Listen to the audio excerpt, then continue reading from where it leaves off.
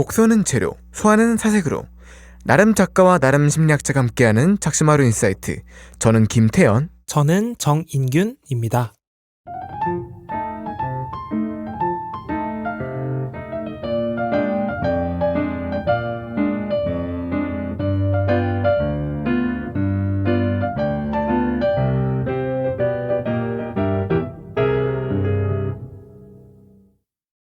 네, 저희가 되게 오랜만에 인사드리게 됐습니다. 그쵸? 저희가 이제 방송을 안 올린 지가 조금 됐죠. 네, 뭐 사실은 이제 저희가 녹음을 한 지는 얼마 안 됐습니다. 근데 저희가 이제 위플래시 교육에 대해서도 이제 같이 이야기를 하고 있었는데 또 이제 저희가 최근에 또 이제 영화 리뷰 그쵸, 이제 새로운 영화를 봤으니까요. 또 이게 최근에 개봉한 영화고 물론 뭐 이제 이미 떡밥이 어느 정도 나오고 있기는 하지만 이제 다른 떡밥들이 다 나왔을 때 이제 우리가 정리해준다 라는 느낌으로 그렇게 준비하셨잖아요. 아, 그런 총정리 느낌이 조금 있죠. 이제 그 웬만한 리뷰 다 조용히 해라. 내가 이제 그 정리해준다. 이제 이것만 들으면 끝이다. 뭐 그런 건가요? 네, 맞습니다. 이것만 들으면 끝이에요. 아, 그럴 리가 없죠. 이제 그 전에 이 영화에 되게 수많은 리뷰들이 달린 걸 봤는데 저는 아마 이 리뷰를 단 사람들 중에서 저처럼 본 사람들도 분명 많았을 거라고 생각을 합니다.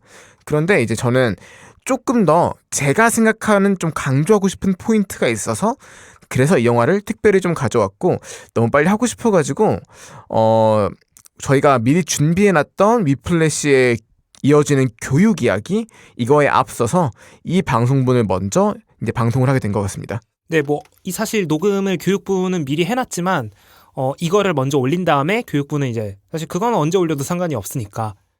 그쵸, 아직 영화가 내려가기 전에 이 방송을 한번 올리는 게 좋을 것 같다고 생각을 했어요. 그래서 이제 저희가 어떤 영화 가져왔는지 한번 이야기를 해야죠. 최근에 개봉한 우리 그 지브리 스튜디오에서 개봉한 미야자키 하야오의 영화 그대들 어떻게 살 것인가 가져왔습니다. 제목이 굉장히 마음에 듭니다. 왜 이게 마음에 드시나요? 어떤 점이? 어떻게 살 것인가? 굉장히 궁금하지 않나요? 약간 그 제목에서 뭔가 약간 그 훈계의 향기가 되게 느껴지지 않아요? 저는 좀 사실 훈계의 향기보다는 좀 철학적인 느낌? 제가 또 이제 이런 느낌에 많이 읽는 건 아니지만 그냥 이런 느낌의 제목과 이런 느낌의 책을 좋아합니다. 그럼 좀 보시고 나서는 좀 어땠어요? 좀 철학적인 것 같은가요? 재밌었어요. 사실 저도 첫 번째 이 영화를 2번 봤는데 처음에 볼 때는 그러니까 어떤 이게 무슨 의미일까를 되게 생각하면서 봤는데 그 나름대로의 정리가 됐거든요. 그래서 2번째 볼 때는 그냥 멍 때리고 봤어요, 재밌게. 근데 그냥 생각 없이 바로 저는 재미있어서 전 되게 좋아하는 영화입니다. 이제 이 친구가 2번째 봤을 때 그때 이제 저랑 처음 봤었거든요. 그때 이제 영화관에 그 심야 영화를 갔는데 저희 둘밖에 없었습니다. 그래서 이제 굉장히 이제 그 시끌벅적하게 좀 볼 수 있어서 재밌었다. 그쵸. 사실 영화관에서 그렇게 이야기하면서 본 게 저는 태어나서 처음이었거든요. 그래서 아무도 없으니까 괜찮겠지 하면서 하긴 했는데 뭔가 기분 되게 이상했어요. 저는 아무도 없으니까 괜찮았습니다. 근데 뭐 재밌었죠, 그게. 아무튼 그렇게 제가 2번이나 보면서 저는 이게 너무 제 취향이었고 저는 인생 영화라고 저는 꼽고 싶은데 이걸 다 보고 나서 인터넷 여론을 봤거든요. 근데 이 영화에 대해서 되게 불호를 표하는 사람들이 되게 많더라고요. 그 불호를 표하는 이유는 되게 많았지만 그중에 가장 많은 이유가 약간 이 영화가 너무 불친절하다. 그런 거죠. 약간 이 영화가 그 감독의 인생을 되게 은유한 것처럼 느끼는 사람이 많았고 실제로 아마 은유를 한 작품인 것 같은데 사실 관객들은 좀 즐기러 간 거지 이런 것들을 그냥 굳이 알아보려고 한 게 아니잖아요. 그래서 약간 다큐멘터리 보는 기분으로 보신 분들은 오히려 되게 좀 안 좋게 보신 것 같더라고요. 저는 그런 줄도 몰랐습니다. 저도 사실은 이제 이 영화를 2번을 봤었거든요. 그냥 2번 다 재미있게 봤습니다. 사실 저는 그 지브리 스튜디오를 되게 좋아하고 거기서 나온 작품들을 되게 좋아하긴 하는데 미야자키 하야오라고 하는 사람에 대해서 이 영화의 리뷰를 보기 전까지는 정말 몰랐어요. 사실 알아봐야 되는지도 몰랐거든요. 굳이? 약간 이런 생각이었어가지고 그래서 이 영화를 처음 볼 때도 이 미야자키 하야오라는 사람이 어떤 궤적의 인생을 살았는지 전혀 모르고 봤는데 저는 이제 와서 생각하기로는 오히려 그래서 재밌게 보지 않았나 싶기도 해요. 아예 그냥 이게 그 미야자키 하야오의 어떤 인생을 어떻게 옮겼다라는 걸 생각하지 않고 그냥 그 영화의 내부의 흐름을 따라가면 나름대로 되게 재밌게 즐길 수 있는 포인트가 많지 않나 하고 저는 그렇게 느꼈습니다. 사실은 제가 이제 그분이 어떻게 살았는지는 모르지만 그냥 딱 이것만 듣고 생각을 해봤을 때는 물론 이제 감독 입장에서는 이제 자기의 그런 것들도 다 담아내고 또 이제 여러 가지 담고 싶은 것들이 뭐 있어서 뭐 이거를 의도적으로 보이게 했을 수도 있고 아니면 담았지만 굳이 이거를 담았다는 것을 보이고 싶지 않았다는 것도 있을 수는 있겠지만 사실은 그냥 보는 입장에서는 제가 꼭 알아야 되는 범위는 아니잖아요. 그쵸. 그냥 제가 재밌으면은 그러면 좋은 거고 내가 재미없으면은 그러면 이제 안 좋은 거고 사실 그렇지 않나라고 저는 되게 그냥 1차원적으로 봤습니다. 그래서 저 같은 경우는 이제 글을 쓸 때 물론 글 써본 경험이 많거나 아니면 제대로 배우거나 그런 건 아니지만 글을 쓸 때 저는 그런 걸 느끼거든요. 제가 어떤 그 의미를 그 내 작품 안에서 표현을 하고 싶다라고 하면 그걸 굳이 숨겨놓지는 않아요. 그냥 오히려 드러냈으면 드러냈지 그걸 꽁꽁 숨겨놓진 않거든요. 아마 미야자키 하야오가 저랑 비슷한 결이었다면 분명히 자기 인생에 비유적인 거를 숨겨놓은 것도 있었겠지만 그런 거는 이제 게임으로 따지면 이스터 에그 정도가 아닌가. 이스터 에그요? 그러니까 이제 게임을 하다 보면 이제 그 약간 숨겨져 있는 명령어라든지 뭐 히든 맵이나 히든 이벤트 같은 거 있잖아요. 그런 걸 이스터 에그라고 많이 말하는데 사실 이스터 에그를 몰라도 그 게임을 즐기는 데는 문제가 없잖아요. 그냥 이스터 에그를 알면 이런 것도 있었네? 와 재밌다가 되는 거지. 그게 있는지를 모른다고 해서 사실 게임 플레이하는데 문제가 없잖아요. 저는 그래서 작가가 어떤 사람이고 원래 평소에 어떤 집안에서 살았고 어떤 생각을 가지고 있는지 아니면 그 영화 외적인 것들 이런 거는 게임으로 치면 그냥 이스터에그에 불과한 게 아닌가. 본 플레이는 이제 그 작품 그냥 작품 내적으로 생각을 했을 때 관객한테 어떤 체험을 시키고 있는가 이게 저는 오히려 본 게임이 아닌가 하고 생각을 해요. 사실 우리는 이제 그대들을 어떻게 살 것인가 해서 주인공 마이토와 또 이제 그 주변 인물들의 어떤 일들이 있는지를 보러 간 거지 그 미야자키 하야오라고 했나요? 뭐 그분의 인생사를 배우러 간 건 아니잖아요. 그쵸. 그래서 이제 그걸 알아야 재밌게 볼 수 있다라고 생각하는 분들은 이 영화에 되게 박한 평가를 하시는 것 같고 저가 개인적으로 이 영화가 되게 좋은 영화다라고 느꼈던 거는 저는 그냥 그런 걸 하나도 안 하고 봤을 때 그런 생각을 하나도 안 하고 봤을 때 작품 내적으로 저한테는 정말 충분히 와닿는 내용이 있었고 작품의 메시지가 정말 저는 좀 명료했다라고 생각을 해요. 그 영화에서 이제 어떤 장면을 굳이 보여주는가 그리고 어떤 장면은 굳이 보여주지 않는가를 생각했을 때 저는 메시지가 상당히 명료했다고 생각을 해요. 그래서 저는 되게 좋은 영화라고 느꼈습니다. 그러면은 구체적으로 정확히 이제 어떤 부분이 좀 명료하다고 느끼셨나요? 이 영화에 담긴 메시지를 이야기를 할 때 너무 약간 좀 우려먹는 감이 없잖아 있긴 한데요. 그리고 우리가 항상 이야기하는 그 책 있잖아요. 네, 그 책이요. 그 책이죠. 에리 프롬의 사랑의 기술 있잖아요. 저는 약간 그 책의 지브리 버전이 아닌가 하고 개인적으로 생각을 했습니다. 사실 그 정도로 우려먹어도 되는 퀄리티의 책이라고 생각을 합니다. 약간 세상의 모든 것을 약간 그 책의 관점으로 보는 것 같아가지고 이제 방송을 계속해서 보신 분들이라면 좀 질릴 법도 하긴 한데 저는 이 영화 같은 경우는 이 영화가 약간 주고 있는 메시지가 정말로 그 책이랑 아주 비슷하다고 저는 느꼈어요. 그리고 이거를 듣고 계신 청취자분에게 아직 안 읽어보셨다면은 정말로 읽어보시는 거를 정말로 추천을 드리고 싶습니다. 그리고 이게 사랑의 기술이라는 책이 사실은 처음 읽었을 때 좀 잘 안 읽힐 수가 있어요. 그렇게 난이도가 낮은 책은 아니기 때문에 그래서 혹시라도 뭐 이거를 읽어볼 때 야, 좀 어렵다. 좀 뭐라는지 정확히 모르겠다. 라고 하면은 뭐 이제 프롬의 다른 작품 중에 좀 쉬운 책이 하나 있습니다. 어떤 책이 있어요? 우리는 여전히 삶을 사랑하는가. 그것도 제가 안 읽어봐서 잘 모르는데 결이 비슷한 거죠. 매우 비슷한데 좀 많이 풀어서 썼어요. 그냥 좀 사랑의 기술 베이직 같은 느낌? 약간 기본편, 실력편 이런 느낌이에요? 네, 아마 근데 그 정도의 책이라고 하면은 충분히 이제 그 대한민국의 정규 교육 과정을 밟아온 사람이라면 충분히 이제 이해할 수 있는 정도의 난이도로 구성이 돼 있습니다. 아하, 그래서 저도 나중에 그 책 한번 꼭 읽어보겠습니다. 아무튼 이번에 저희가 본 그대들 어떻게 살 것인가는 저는 약간 이런 캐치프레이즈로 한번 이야기를 해보면 좋지 않을까 싶어요. 그대들 비코우스로 살 것인가 올도우로 살 것인가. 영어를 쓰시네요.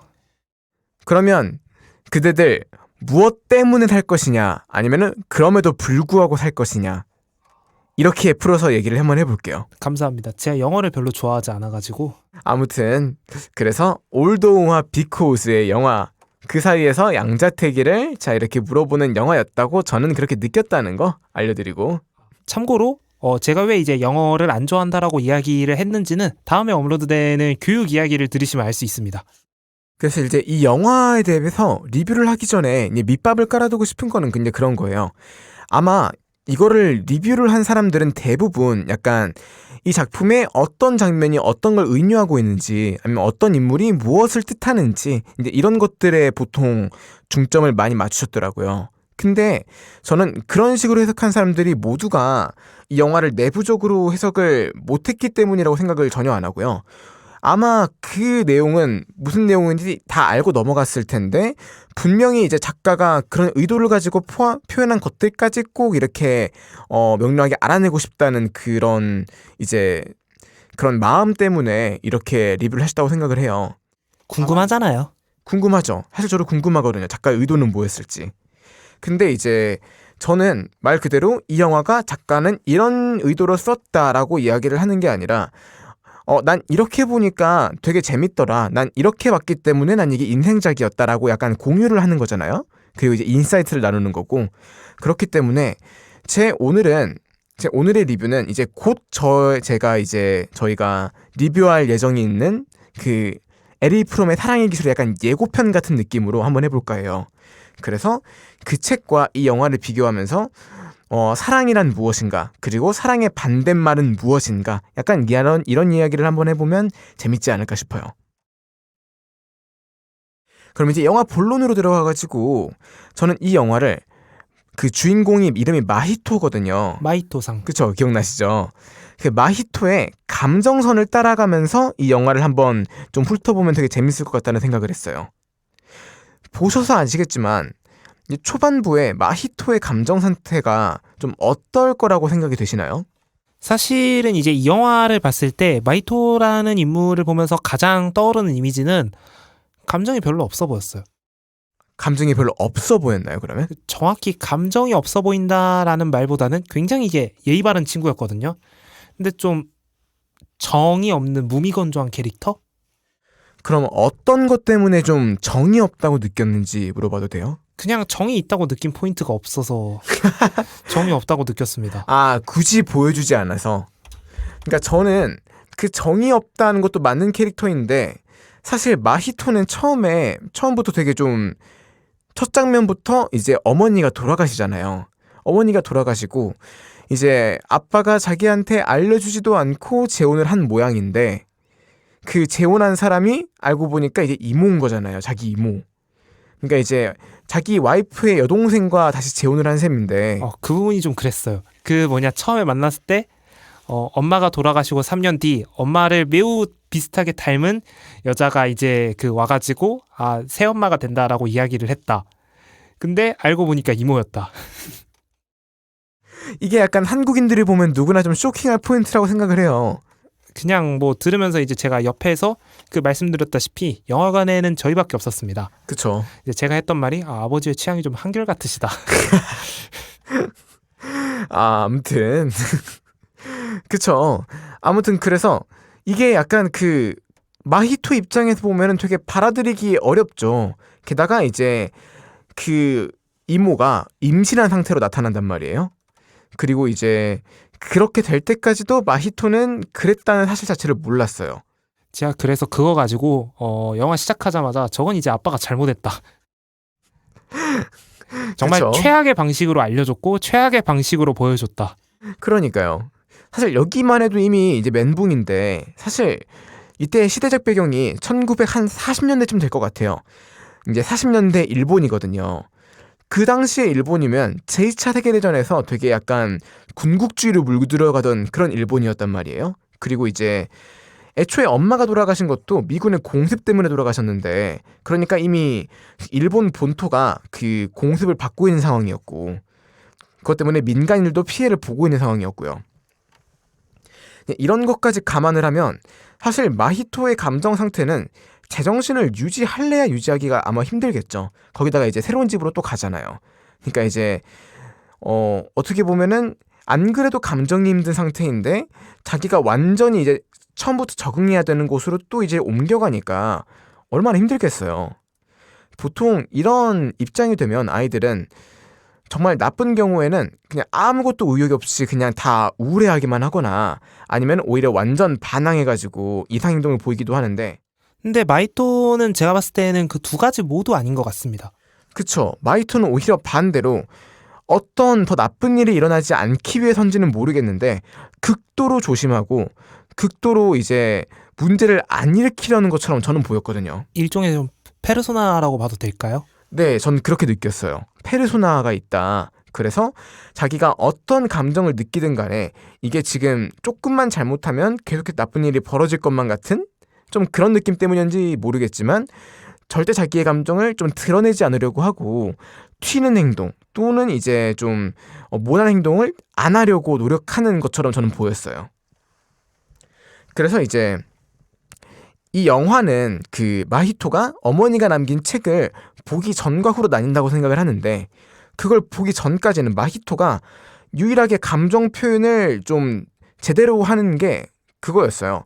새 집으로 이사를 와가지고 자기 혼자 이렇게 자기 혼자 이제 엄마 꿈을 꾸면서 눈물을 흘릴 때, 그때가 제가 생각하는 마히토의 그 유일한 그 감정 표현 씬이었어요. 그게 그 외에는 전부 다 그냥 감정을 최대한 드러내지 않고 조심하는 것만 드러났다고 저는 생각을 해요. 저는 이제 개인적으로 그런 마이토의 이제 모습을 보면서 사실은 이제 마이토는 극단적으로 이제 어머니가 돌아가시고 뭐하고 그런 상황이 묘사돼서 그런 거지, 사실 마이토 같은 아이들은 생각보다 더 많을 수도 있다라는 생각이 들었습니다.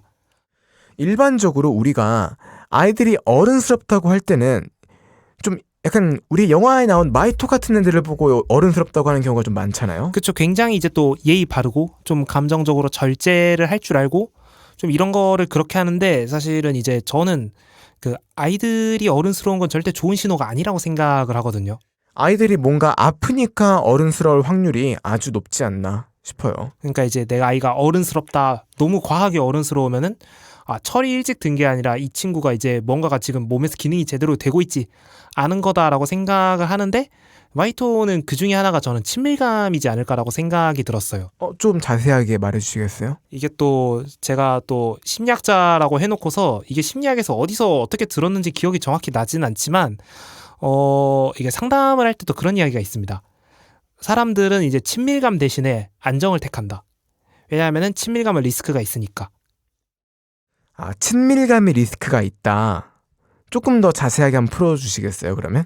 이게 사람들이 이제 인간관계를 맺는 데 있어서 누군가에게 이제 친밀하게 대할 경우에는, 어쩌면 이 사람에게 마음을 열 경우에는 이 사람이 나에게 이제 그 마음을 연 만큼 보답을 할 수도 있긴 하지만, 반대로 봤을 때 마음을 열었기 때문에 뒤통수를 맞을 수도 있는 거고 언제 어떤 문제가 생길지도 모르는 거잖아요. 하이 리스크 하이 리턴이군요. 하지만 이제 만약에 내가 친밀감을 포기하고 어쩌면 나를 스스로를 일종의 방어 기제죠. 나를 방어하기 위해서 친밀감보다는 안정을 택해서 굉장히 차가운 사람이 된다라면은 누군가에게 상처를 받을 가능성이 낮아지는 거죠. 표면적으로는 낮아지는 거죠. 이 표면적으로는 이 포인트겠네요.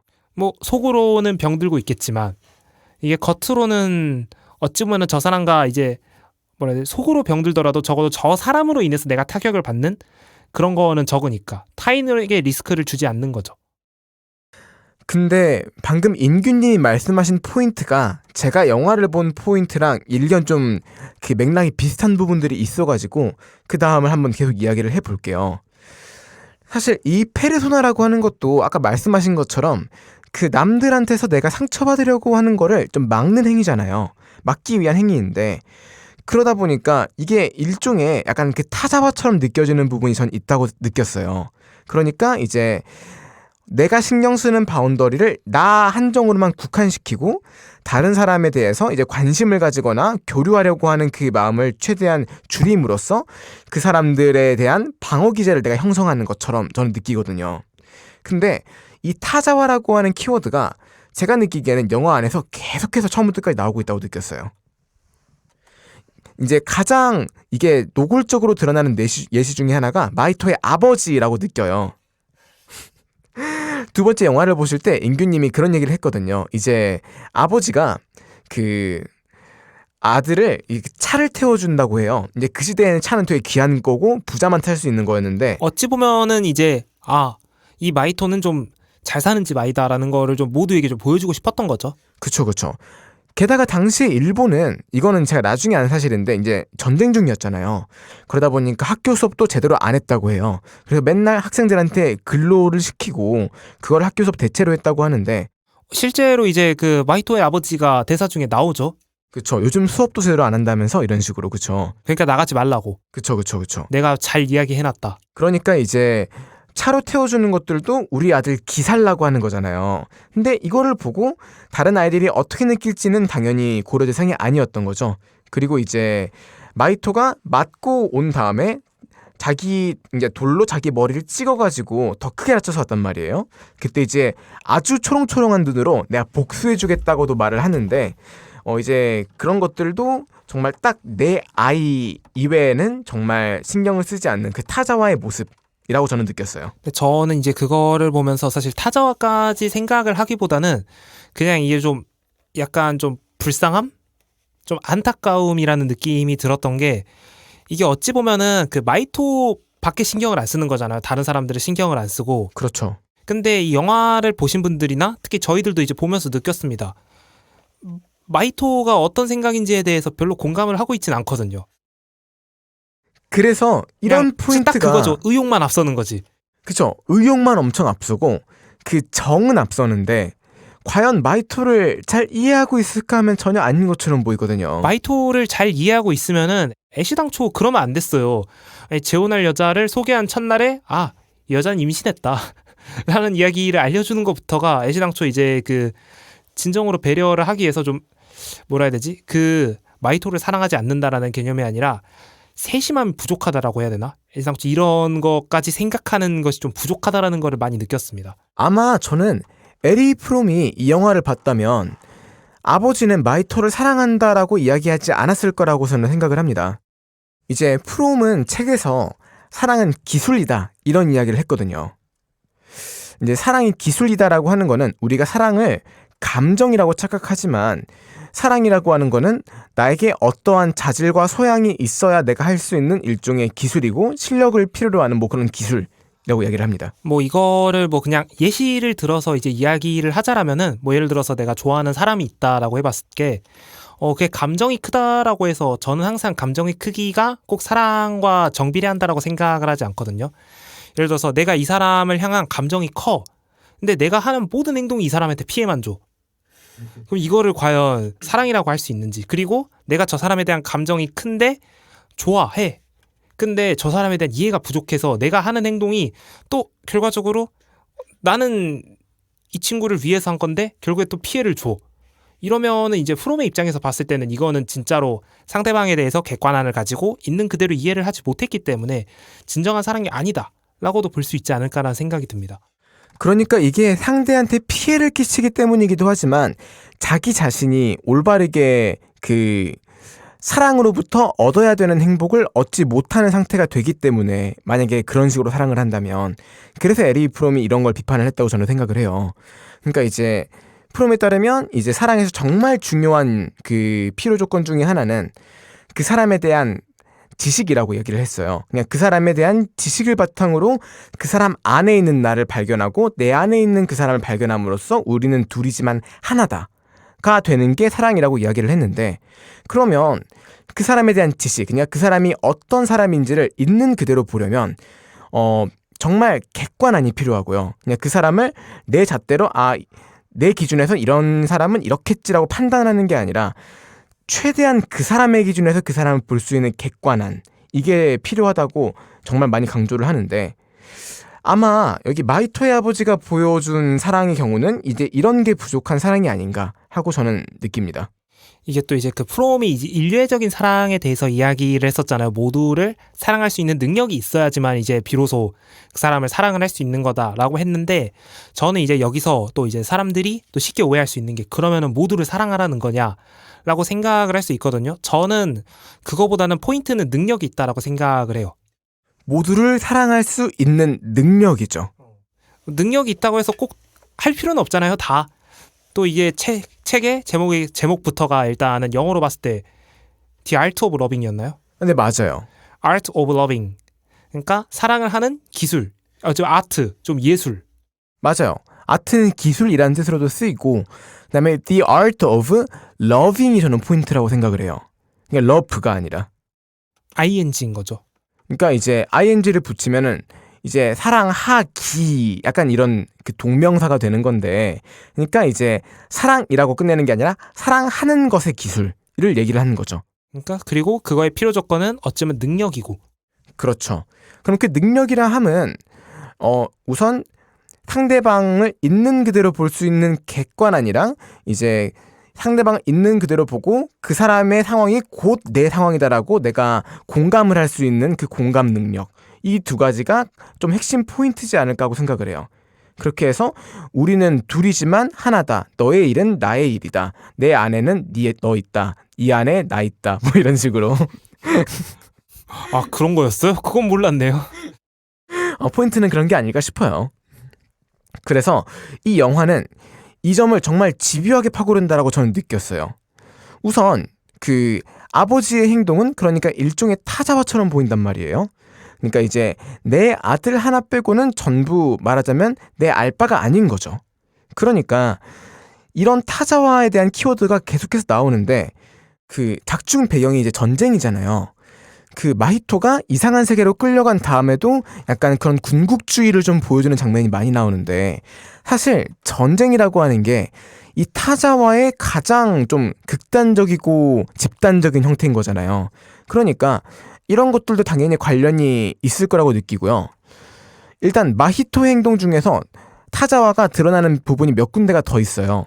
이제 그 중에 하나가 그 우리 외가리가 나오잖아요. 그 외가리가 그냥 이상한 외가리인 줄 알았는데 막 말도 하고 막 그런단 말이에요. 엄마 흉내도 내고 막 이러면서. 근데 이 외가리를 보고 마히토가 맨 처음에 했던 행동이 뭔지 기억나시나요? 바로 이제 공격을 하려고 했었어요. 맞아요. 바로 목검을 챙기고 공격하려고 했고, 목검이 안 통하니까 나중에 활로 공격하려고 활을 만들고 있는 모습이 계속 나와요. 이제 활을 만들기 위해서 이제 그 담배. 아, 그쵸. 그걸로 거기가 거래도 또 이제 하고. 나름의 이제 웃음 포인트로 만들었었죠. 그쵸. 그래서 아무튼 포인트는 외가리는 어쨌거나 말을 할 줄 알잖아요. 말을 할 줄 알고 뭔가 사연이 있어 보여요. 계속 이제 마히토한테 우리 세계로 와달라고 계속 이야기를 해요. 그러면 이야기를 들어봄직도 한데 마히토는 일단 공격할 생각부터 한단 말이에요. 사실 이제 저도 이제 초반에 보는 입장에서 이해가 안 될 정도로, 사실 외가리에 대해서 서로 뭐 적의를 갖고 있다거나 뭐나 그런 묘사가 딱히 없었잖아요. 근데 보자마자 처음부터 이제 뭐 물론 초반에 위협적으로 지나가는 장면이 있긴 했지만 그냥 이해할 수 없을 정도로 좀 큰 분노가 있는 느낌? 우선 마히토 자체가 이미 마음이 많이 힘든 상태였던 것도 한몫하겠지만, 근데 그 외가리의 묘사 자체가 되게 위협적으로 나오지 않았나요? 일단 예를 들어서 저기 뭐 보이지도 않는 먼 곳에서 마히토가 있는 곳까지 엄청나게 빠른 속도로 날아오는데 여기에서 공포를 안 느낄 사람이 누가 있겠어요. 관객인 저희도 공포를 느꼈는데요. 그리고 한 가지가 더 있는 게 이제 외가리가 우리 세계를 와달라고 이렇게 얘기를 하면서 그 두꺼비하고 그 붕어들을 소환하는 장면이 있는데 보셨으면 느끼셨을 거예요. 그게 되게 징그럽고 그로테스크한 느낌이 든다는 거. 그렇지 않았나요? 좀 혐오스럽게 묘사를 하려고 했던 것 같아요. 그러니까요. 누가 봐도 되게 혐오스러운 묘사였고 되게 위협스러운 묘사였는데, 아까 그런 얘기를 하셨잖아요. 그 친밀감보다는 안정을 택한다는 얘기를 하셨잖아요. 저는 타자와는 사랑의 반대말이라고 저는 생각을 하는데, 이 타자와라고 하는 건 인간 본능의 그 안정을 위해 내재되어 있는 속성이라고 생각을 해요. 그러니까 예를 들어서 우리는 외가리가 저기 멀리서 나한테 막 찍어서 죽일 것처럼 날아올 때 저 외가리는 왜 저러고 있을까를 관찰하고 진실을 굳이 파헤치려고 하는 것보다 빨리 걔를 때려잡아서 내 일신이 안전해지는 게 내가 살 확률이 더 올라가요. 근데 야생에서 보면은 맞는 말이죠, 그게. 내가 뭔지 모르는 생명체가 내 쪽으로 이렇게 떼거지로 오고 있으면은 저 얘네들은 나한테 왜 올까를 궁금해가지고 계속 보기보다는 우선 걔네들을 위협해가지고 쫓아내는 게 내가 살 확률이 더 올라가요. 그렇기 때문에 타자와라고 하는 거는 우리의 안전을 위한 본능이다라고 저는 생각을 합니다. 그리고 영화는 이 세계로 끌려간 이후에도 이거에 대해서 계속해서 이야기를 한다고 저는 느꼈어요. 그렇게 이 영화는 전반부에서는 되게 억압돼 있는 그 마히토의 감정을 계속해서 보여주고 그 다음에 타자와라고 하는 키워드를 계속 보여주고 있다고 느꼈는데 이 타자와라고 하는 이 포인트가 처음으로 반전되기 시작한 게 마히토가 엄마가 남긴 책을 보면서였어요. 이제 마히토의 엄마가 돌아가시기 전에 마히토한테 보여주려고 그대들 어떻게 살 것인가라고 하는 제목의 책을 남긴 게 있는데 마히토가 그 책을 보면서 엄청나게 눈물을 쏟으면서 감동하는 모습이 보여요. 그리고 그때부터 마히토가 각성을 합니다. 그러니까 저는 타자와 반대되는 개념인 사랑의 능력을 저는 각성했다라고 표현을 할게요. 그 사랑의 능력을 각성하게 되는 첫 포인트가 그 마히토 엄마가 남긴 그 책을 보면서였다고 저는 느꼈어요. 사랑의 능력이라고 하면 조금 더 풀어서 말하면은 아까 말했던 진실을 보는 눈과 공감하는 마음이라고 저는 이야기를 할게요. 이제 그 어떤 자기가 모르는 사람에 대해서 귀 기울여서 경청을 하려고 하고 그 다음에 이제 어떤 사람의 행동에 대해서 그 사람 입장이 돼가지고 생각을 해보는 그런 걸 사랑의 능력이라고 저는 일단 이야기를 하고 싶은데 그 마히토가 이 책을 읽기 전과 후를 기점으로 해가지고 이 능력이 좀 생기는 것 같은 느낌을 저는 받았거든요. 일단은 그 책을 읽으면서부터 이제 그 사라진 나츠코를 찾으러 간 것도 어쩌면 좀 연관이 되기 때문에 그렇죠. 초반에는 그 나츠코가 아마 자기 때문이겠죠. 이제 임신 때문이기도 하겠지만 마음의 병도 같이 있으니까 힘들어가지고 그 누워있는 나츠코한테 문안 인사를 예의차 가서도 거의 말을 섞지 않고 오히려 이렇게 간접적으로 불만이 있는 거를 표출을 하고 나오는 게 계속 보이거든요. 근데 그래서 이제 그것 때문인지 모르겠지만 나츠코가 저기 탑 쪽으로 사라지는 걸 보고 나서도 한동안 그냥 무시하는 태도를 보이거든요. 그런데 이 책을 읽고 나서 사라진 나츠코 이모를 내가 찾으러 가야 해 라고 하는 그 의식이 갑자기 불타올라요. 사실 이 장면이 좀 급발진인 감이 없지 않아 있다고 저는 느끼긴 했는데 네, 맞아요. 소소한 아쉬운 점을 뽑자면 그런 이제 급발진이 있겠지만 뭐 덕분에 영화가 굴러가는 거 아니겠어요? 일단 그렇게 생각을 했습니다. 우선 그 다음 이야기로 넘어가기 전에 하나 더 짚고 가고 싶은 장면이 이제 그 마히토가 그 학교를 가가지고 결국에는 무슨 일이 있었는지는 모르겠지만 맞고 오잖아요. 근데 그렇게 맞고 오는 길에 갑자기 돌을 집어가지고 자기 머리를 딱 때리더니 거기서 피가 엄청 나오는 장면이 있거든요. 이제 그 장면은 일단 이야기를 먼저 해놓고 가고 싶다는 느낌이 들었어요. 네, 저도 이거를 이야기를 안 하고 넘어가나 싶었거든요. 사실 되게 중요한 장면 중에 하나잖아요, 그게. 이제 저는 처음 볼 때는 마히토의 감정선을 따라가기보다는 내가 이거 무슨 뜻인지 다 맞춰봐야지 약간 이런 느낌으로 봤거든요. 근데 그러다 보니까 처음에는 그렇게 느꼈어요. 어른들의 관심을 내심 받고 싶어서 저러나? 아니면 자기가 더 많이 다친 것처럼 해가지고 좀 아이들한테 복수를 하고 싶은 마음이 들었을까? 이런 생각도 했거든요. 일단 저는 그건 아닌 것 같습니다. 그러니까 아니면은 그냥 너무 힘들어가지고 그냥 찍었나 하는 생각도 했는데 제 생각에 2번 봤을 때 확실하게 느꼈던 거는 저는 세 번째가 맞는 것 같아요. 그냥 이 상황이 너무 힘들잖아요, 지금. 그렇다 보니까 자기가 감당하기 힘든 힘듦들이 계속 나타나니까 그냥 이제 홧김에 정신이 아프느니 차라리 머리가 아픈 게 낫지 하고 찍었나? 약간 좀 그런 느낌이 들었어요. 이게 또 이제 심리학에서 봤을 때 또 출처를 말하지 않습니다. 기억이 안 나거든요. 어쨌든 이제 자해 항목을 보면서 자해에 대해서 이야기를 할 때 이런 이야기가 많아요. 왜 사람들이 자해를 할까라고 했을 때 일단은 뭐 충동적인 세상에 사람들이 이제 충동을 느꼈을 때 할 수 있는 행동들은 많잖아요. 근데 왜 굳이 충동을 느꼈을 때 본인의 몸에다가 상처를 내느냐 중에 하나는 아까쯤에 말씀하셨던 그거랑 같습니다. 어찌 보면은 이제 내가 머릿속으로 계속해서 이제 여러 가지 문제가 있을 때는 심리적으로 괴로워하잖아요. 근데 이제 내가 만약에 신체적으로 자해를 해가지고 여기가 아프면은 머릿속의 괴로움에 쓸 에너지가 이쪽으로 갑니다. 그럼으로써 어찌 보면은 본인의 이제 무의식 중에 저희가 또 이제 방송에서 여러 차례 이야기를 했듯이 인간의 무의식은 결국 이제 본인에게 나름대로 합리적으로 행동한다라고 했잖아요. 내가 마이토의 무의식에서 봤을 때는 내가 이제 이걸로 심적으로 굉장히 괴로워하는 묘사를 많이 했으니까 이렇게 괴로워하느니 차라리 이걸로 아픈 게 나에게는 덜 그나마 낫겠다라는 판단을 무의식 중에 하지 않았을까라는 생각이 들었습니다.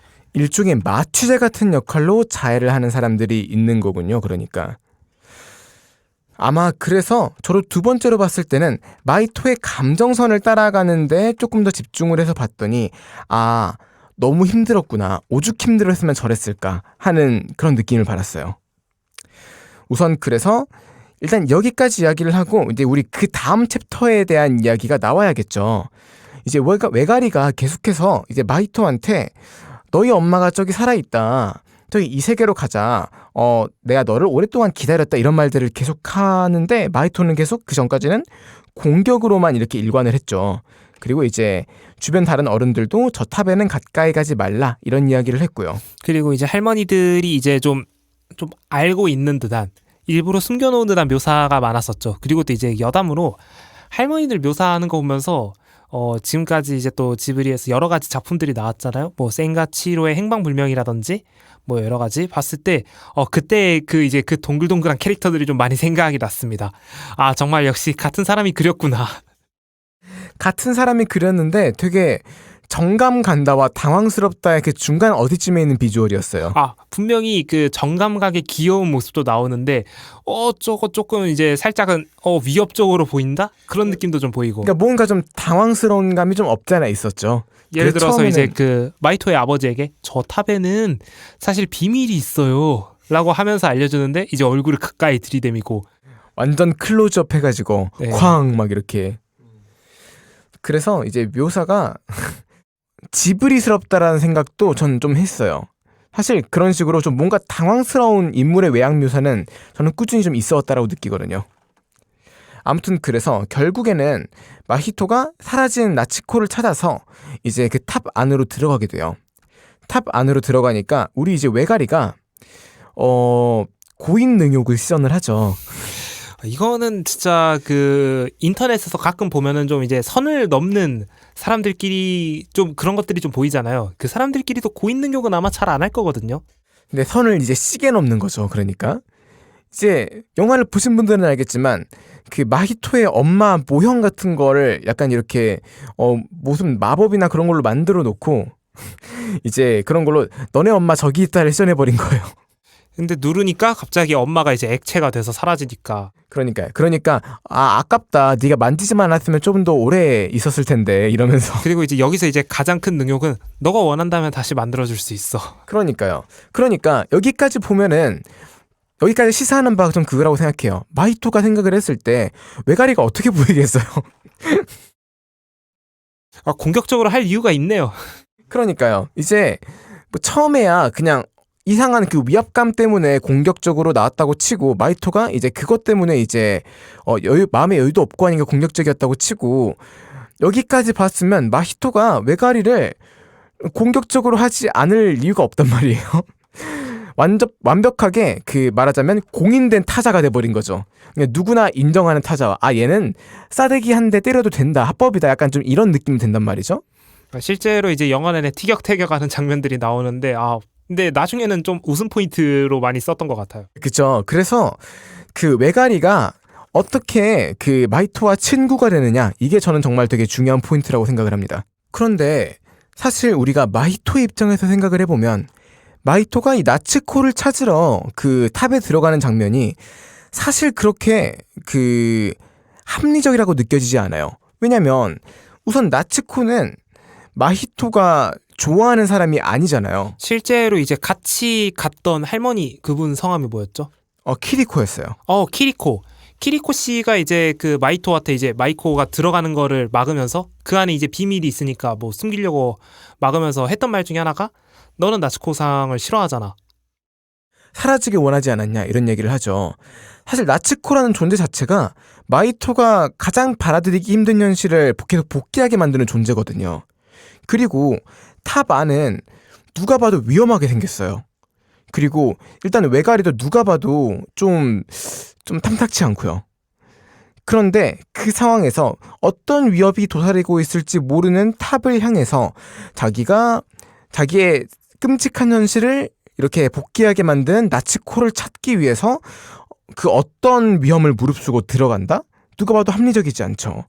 그래서 되게 그 모든 것에도 불구하고 일단 들어가는 마이토의 모습이 보여요. 키리코가 옆에서 계속 이제 이건 함정이 분명해요 라고 하면서 나가요 이건 분명히 함정일 거예요 라고 하는데 들은 척도 안 하고 계속 그냥 들어가요. 나도 알고 있어. 그러니까요. 나도 알고 있어요 그러면서 그냥 들어가요. 네 함정인 것 같네요 그러면서 들어가는 거예요. 그래서 여기에서부터 그럼에도 불구하고의 포인트가 저는 시작한다고 저는 느꼈어요. 함정이기 때문에 돌아가는 것이 아니라 함정임에도 불구하고.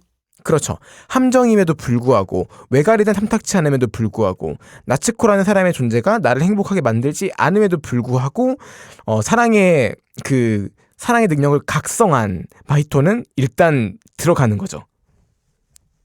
사실 이런 포인트들이 이런 감정이 급발진 포인트가 사람에 따라서는 되게 감상을 깬다고 느낄 수도 있을 것 같아요.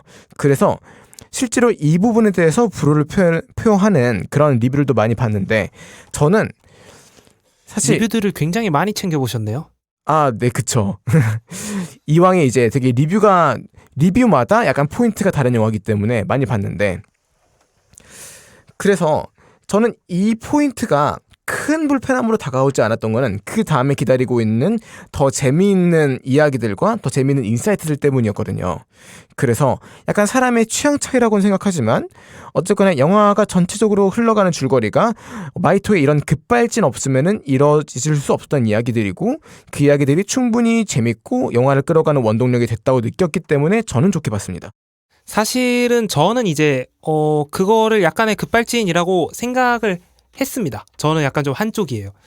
그냥 보면서도 처음 봤을 때 왜 갑자기 저렇게까지 됐을까? 물론 뭐 영화적으로 다 그런 장치가 있겠지만 뭐 일단 그냥 제 눈에 그렇게 보였는데 굳이 이제 그나마 이유를 설명해주는 이라고 보면은 이제 뭐 다른 사람들이 물어봤을 때 나츠코가 어떤 사람이냐, 뭐 너가 사랑하는 사람이냐고 물어봤을 때 아, 내가 아니고 우리 아버지가 사랑하는 사람이다 라고 했었잖아요. 뭐 그것도 이제 그 급발진을 한 이유 중에 하나이지 않을까라는 생각이 들었습니다. 그러니까 이제 마이토가 급발진한 거를 완벽하게 설명해주진 못하지만 어쨌거나 마히토는 이 가족들이랑 계속 살아가야 되는 사람이고 이제 어머니의 책을 본 다음에 이제 말하자면 좀 마음이 누그러진 거잖아요. 어떻게 보면 위로를 받고 그러다 보니까 이제 어쨌거나 앞으로 나와 함께 살아갈 사람들에 대해서 조금 더 다른 시선으로 보게 된 게 아닌가. 굳이 이해해보자면 뭐 그 정도로 정리할 수 있지 않을까 하고 생각을 합니다. 좀 비슷한 맥락이었나요? 뭐 좀 비슷하게 그래도 결이 좀 비슷하지 않나 싶습니다. 뭐 그러면 비슷한 맥락이었다는 걸로 저는 일단 이해를 하고 넘어가겠습니다. 우선 이제 탑에 들어가 보니까 아까처럼 이거는 함정이 맞았죠. 그러니까 그렇게 위험을 무릅쓰고 들어가 봤더니 외가리는 저기 고인 능력을 하고 있고 그러니까 이제 둘이 싸우려고 하니까 외가리는 이제 정확히 이런 대사를 냈거든요. 너처럼 거짓말쟁이고 그 다음에 겁쟁이 녀석의 심장을 내가 다 뭐 찢어버리겠다 뭐 이런 얘기를 하거든요. 그러면 죽여버리겠다고 이렇게 싸우는데 되게 재밌는 게 그 외가리가 정확히 겁쟁이고 거짓말쟁이인 너라고 하고 한 3분이나 지났을까요? 3분이나 지나가지고 나중에 키리코라고 하는 다른 젊은 키리코가 나와가지고 마히토란 이름이 진실된 사람이란 뜻이구나 라고 말한 대사가 나와요. 이 말이 나오는 텀이 3분이거든요. 그러니까 마히토와 대립하고 있는 사람과 마이토와 이제 우호적인 관계를 가지고 있는 사람이 각각 마이토를 어떻게 보는지가 되게 적나라하게 드러난 장면이 아닌가 하고 생각을 해요. 어쨌거나 영화는 이제 그렇게 외가리랑 한탕 싸우다가 이제 외가리가 이제 부리에 구멍이 뚫리니까 갑자기 이상한 아저씨 모습으로 변해요. 그러면서 좀 귀여워졌어요. 못생겼는데 귀여워졌어요. 약간 지브리가 못생긴데 귀여운 거 되게 잘 그리는 것 같아요. 또 이제 그 들어가기 전에 어찌 보면은 그 전까지는 이제 외가리가 뭔가 좀 보스처럼 묘사가 됐는데 이제 그 위에서 이제 그 어리석은 외가리여 데리고 와라 이 말 한마디 하면서부터가 뭔가 이제 외가리가 갑자기 보스에서 그냥 그 지나가는 잡몹 느낌으로 딱 변했죠. 네, 잡몹이 돼버렸습니다 갑자기. 그렇죠. 그래서 이제 위에서 이제 그 네가 인도해라라는 말을 듣고 이제 키리코가 아니라 나츠코가 있을 곳으로 이제 이동을 하게 돼요. 그쵸? 그렇게 해가지고 이제 닿았던 이제 낯선 곳에 딱 도착을 했을 때 갑자기 펠리컨이 몰려와가지고 마이토를 잡아먹으려고 해요. 근데 이제 어떻게든 살았는데 이제 펠리컨을 피해서 도망치는 거를 그 젊은 키리코가 나타나가지고 이제 구해주고 이제 그 배를 타고 이제 바다를 건너게 돼요. 이제 그러면서 아까 말했던 그 얘기를 하거든요. 마이토라는 이름이 진실된 사람이란 뜻이구나 라고 하고 그 다음에 나왔던 얘기가 그래서 죽음의 냄새가 풀풀 풍기는구나 라고 이야기를 하거든요. 저는 이게 여기에서 정말 그 포인트를 딱 느꼈던 게 진실을 보는 사람이라는 얘기는 아까 진실을 보는 능력이 사랑의 능력이라고 했잖아요. 진실을 보는 사람이 되려면 그러면 나는 내가 위험할지도 모르는 상황에서도 이제 얘네들의 이야기를 다 들어봐야 돼요. 진실을 안다라고 하는 거는 타자와랑은 반대된 개념이잖아요. 타자와라고 하는 거는 내가 진실을 알기도 전에 혹시 위험할지도 모르니까 얘를 일단 제거를 하는 거고, 진실을 안다는 거는 내가 이게 위험할지도 모르지만 그럼에도 불구하고 얘는 왜 이런 행동을 했을까? 왜 얘네들은 이렇게 생겨먹었을까를 보는 거잖아요. 이게 약간 그 또 이제 그 되게 유명한 영화로 보면은 매트릭스. 아, 그렇죠. 매트릭스에서 이제 빨간 약과 파란 약이 어쩌면 그런 비슷한 개념이지 않나요? 저는 사실 매트릭스를 안 봤거든요. 물론 빨간 약, 파란 약은 하도 유명해서 알고는 있는데 저도 그것만 합니다. 아마 이제 제가 그 영화를 제대로 보지 않아서 그 개념이 맞다 틀리다는 얘기를 못 하겠지만 어쨌거나 비슷한 맥락일 수도 있겠어요. 어쨌든 진실을 보는 거잖아요. 이 진실이 비록 좋지 않을 수도 있고 어려울 수도 있음에도 불구하고 어쨌든 진실을 선택한 거니까. 그 진실 때문에 내가 안전해지지 않을 수도 있고 그 진실 때문에 내가 위험에 처할 수도 있지만 그럼에도 불구하고 진실을 보려고 하는 뭐 그런 사람이라고 키리코가 말을 해주는 느낌이라고 들었어요. 그래서 저는 이 대사를 딱 들었을 때 확실히 그 타자와와 진실을 줬다라는 것에 그 대립각이 딱 생기지 않나 하는 느낌을 받았거든요. 그렇게 하고 그 펠리컨은 그 영화에서 계속 되게 위협적인 존재처럼 나오거든요. 저는 사실 이제 그 약간의 스포일 수 있지만 펠리컨이 가장 인상 깊은 것 중에 하나였어요. 어떤 것 때문에 그랬어요? 마지막에 이제 그 펠리컨 중에 한 명이 죽었어요. 죽기 직전에. 맞아요. 그렇지 않아도 그 이야기를 하려고 했는데 이제 펠리컨은 누가 봐도 떼거지처럼 몰려오고 덩치도 되게 큰데 마이토를 되게 잡아먹겠다는 말을 계속해서 했어요. 근데 그 이제 펠리컨이 대량으로 왔음에도 불구하고 또 잡아먹지는 않았어요. 근데 그건 못 잡아먹은 거였어요. 외가리. 외가리 깃털 가지고 있어가지고 왜 외가리 깃털 때문에 못 잡아먹었는지는 뭐 그냥 그 세계 룰이라고 하니까요. 이제 우선 이제 펠리컨 이야기를 하기 전에 우리 아주 귀여운 와라와라 친구들 이야기를 안 할 수가 없죠. 와라와라를 보면서 이제 그 제가 바로 이제 그 태연님한테 했던 말이 있습니다. 이 영화는 와라와라 인형을 팔기 위한 팔아먹으려고 만들었다. 정확한 표현이에요. 팔아먹으려고 만들었다. 그러니까요. 너무 귀여웠어요. 누가 봐도 그걸 노리고 만들었다는 게 느껴지고 정말 최선을 다해서 귀엽고 사랑스럽게 만들려고 노력했다는 게 느껴지는 비주얼이었어요. 그리기 어렵지도 않게. 그러니까요. 그것까지 다 노렸다고 생각을 하고 보면서 이게 얼마나 귀여웠냐면은 제가 끝나고 영화를 나오면서 2번을 봤다 했잖아요. 2번 다 끝나고 나서 와라와라 인형을 검색했습니다. 평소에 인형 사지도 않잖아요. 저 원래 그런 비슷한 거 아예 안 사거든요. MD 상품 이런 거 안 사는데 와라와라만큼은 인형을 갖고 싶었다는 얘기죠.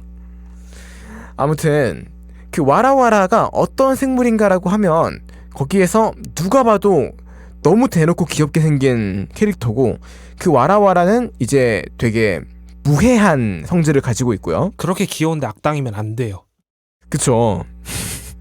동심 파괴죠. 그러면 그리고 그렇게 귀여운 와라와라는 결국에는 나중에 승천해가지고 뭐가 되냐면 아기가 돼서 태어난대요. 그 세계의 일종의 룰이죠. 와라와라가 결국에 이제 위로 올라가가지고 승천을 하면은 그게 인간이 되는. 그러니까요.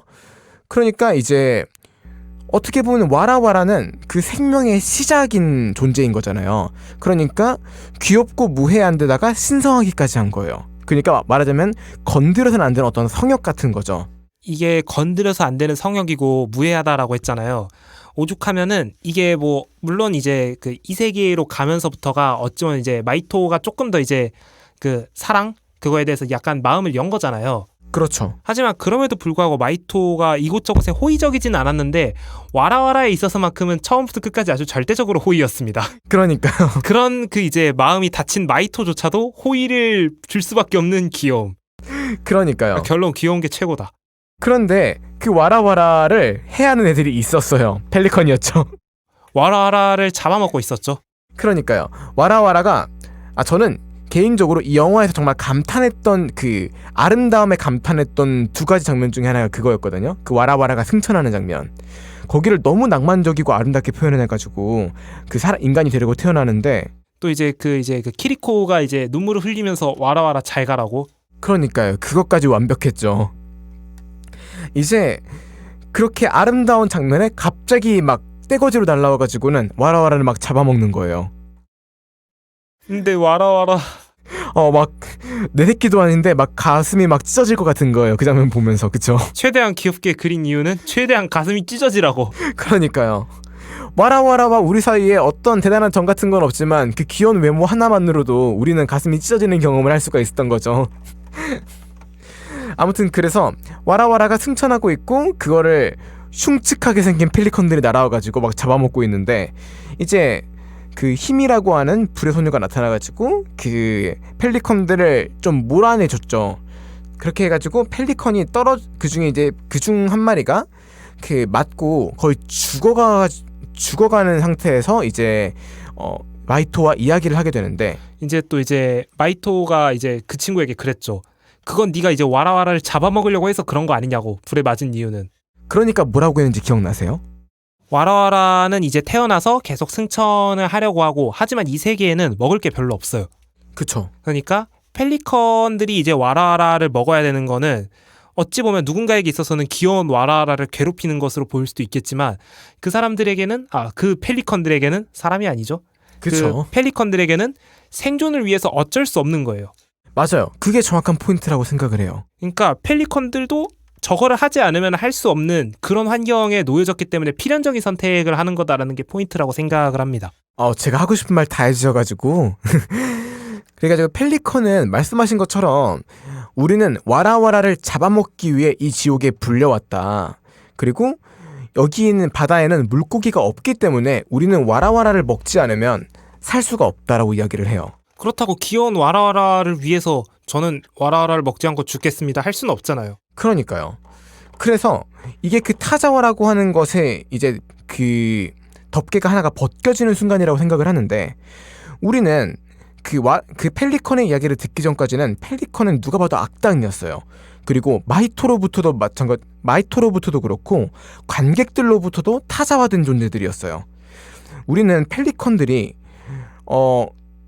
쟤네가 어떤 이유로 저러는지는 모르지만 당연히 악당이라고 생각을 했고 그 다음에 퇴치당하는 것에 대해서 어떠한 거부 반응을 느끼지 않았을 거라고 생각을 해요. 대부분의 관객들이. 그렇죠. 그 상황에서 와라와라를 잡아먹고 있는 펠리컨이 불에 탄다고 해서 누가 불쌍해합니까? 그러니까요. 근데 알고 보니까 펠리컨들은 와라와라를 먹지 않으면 굶어 죽어요. 그 상황에서 어느 누가 다른 선택을 할 수 있겠어요. 그리고 여기서 나갈 수도 없잖아요. 심지어 이제 그런 얘기도 있었거든요.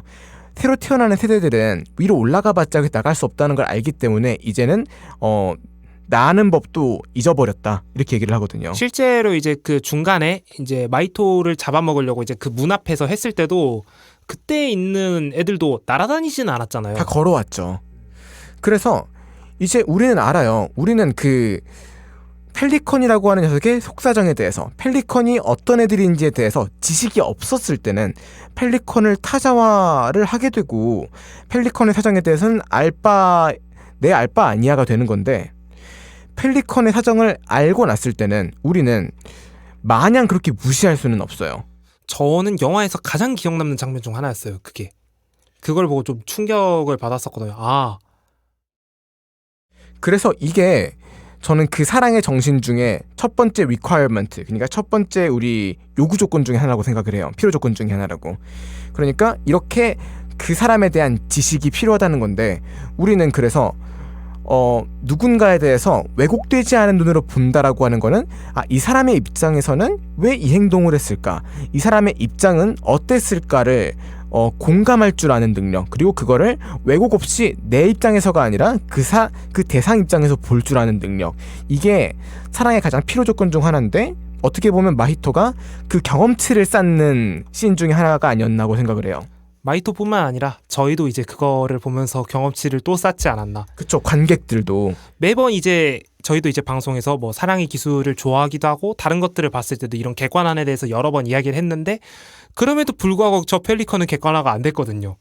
그래서 이 영화가 정말 잘 만들었다고 생각하는 게 이러한 것들을 저희가 방송에서 백날 리뷰해봐야 그냥 말하자면 의견일 뿐이고 생각일 뿐인데 이렇게 영화를 잘 만들었다면 그 흐름을 잘 따라오는 사람들이 이 말로만 해서 표현이 됐던 것들을 직관적으로 느끼게 해준다는 거. 이거를 말로 이해를 하는 것과 그 감정을 실제로 주인공에게 몰입을 해서 느껴본 거는 또 다르잖아요. 그래서 저는 어떤 영화도 마찬가지고 예술작품의 그 가치나 의의라고 하는 것들이 평가 기준이 내가 얼마나 그 예술적인 체험을 했는지, 내가 얼마나 그 창작자의 세계 안에 들어가서 거기 초대를 받아가지고 어떤 여러 가지 체험을 해봤는지가 이제 그 작품에 대해서 판단하는 가장 큰 기준 중에 하나가 돼야 되지 않나 하고 생각을 하는 주의인데, 이런 관점에서 봤을 때 저는 그것 때문에 이 영화를 정말 좋게 느꼈다라고 이야기를 하고 싶습니다. 그래서 이 영화가 정말 재밌다고 느낀 게, 우리는 물론 이게 이 영화만의 특징은 아니지만요, 이 영화를 보면서 마이토의 감정선이나 마이토의 이해력과 우리의 감정선이나 우리의 이해력이 일견일치되는 부분들이 되게 많아요. 예를 들어서 그 외가리가 되게 기분 나쁜 목소리로 이야기를 하기 시작했을 때 우리도 뭔가 이상하다는 걸 느꼈고요. 꺼림칙함을 느꼈고요. 그 다음에 외가리가 그 두꺼비와 잉어들을 소환해가지고 그 징그러운 장면을 연출했을 때 우리도 같이 그 징그러움을 느끼면서 그 동물들을 타자화하게 됐고요. 그 다음에 이제 앞으로 이어지는 외가리의 관계도 그렇고 아니면 펠리컨이나 와라와라를 보면서도 우리는 그 마히토가 느꼈을 만한 감정선을 그대로 따라가고 마히토가 이해한 이 세상에 대한 이해를 그대로 따라가게 돼 있다는 거예요. 그래서 우리는 그렇게 함으로써 약간 작가가 여기서 이런 걸 느꼈으면 좋겠어라고 하는 포인트에서 계속해서 이제 마히토를 따라서 공감하게 이 영화가 설계되지 않았나 하는 생각을 했습니다. 그래서 잘 만들었다. 그래서 재밌었던 것 같아요. 네, 저는 그래서 잘 만들었다라고 느꼈고 저는 그래서 재밌었습니다. 그러면 저희가 지금 영화를 반 정도 이야기를 했는데 벌써 시간이 많이 흘렀죠.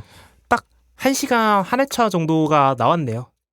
그래서 저희는 이제 남은 부분에 대해서도 할 말이 정말 많기 때문에 저희는 이제 이 방송분을 2개로 나눠가지고 우리 다음 편에서 이제 마저 이야기를 한번 해봤으면 합니다. 네, 오늘 방송 청취해주셔서 감사드리고 저희가 이제 다음 방송에서는 지금 펠리컨까지 이야기를 했는데 앞으로 이제 이후 부분에 대해서 이야기를 하고 또 영화 전반적으로 어떻게 봤는지에 대해서 추가적으로 더 이야기를 해보도록 하겠습니다.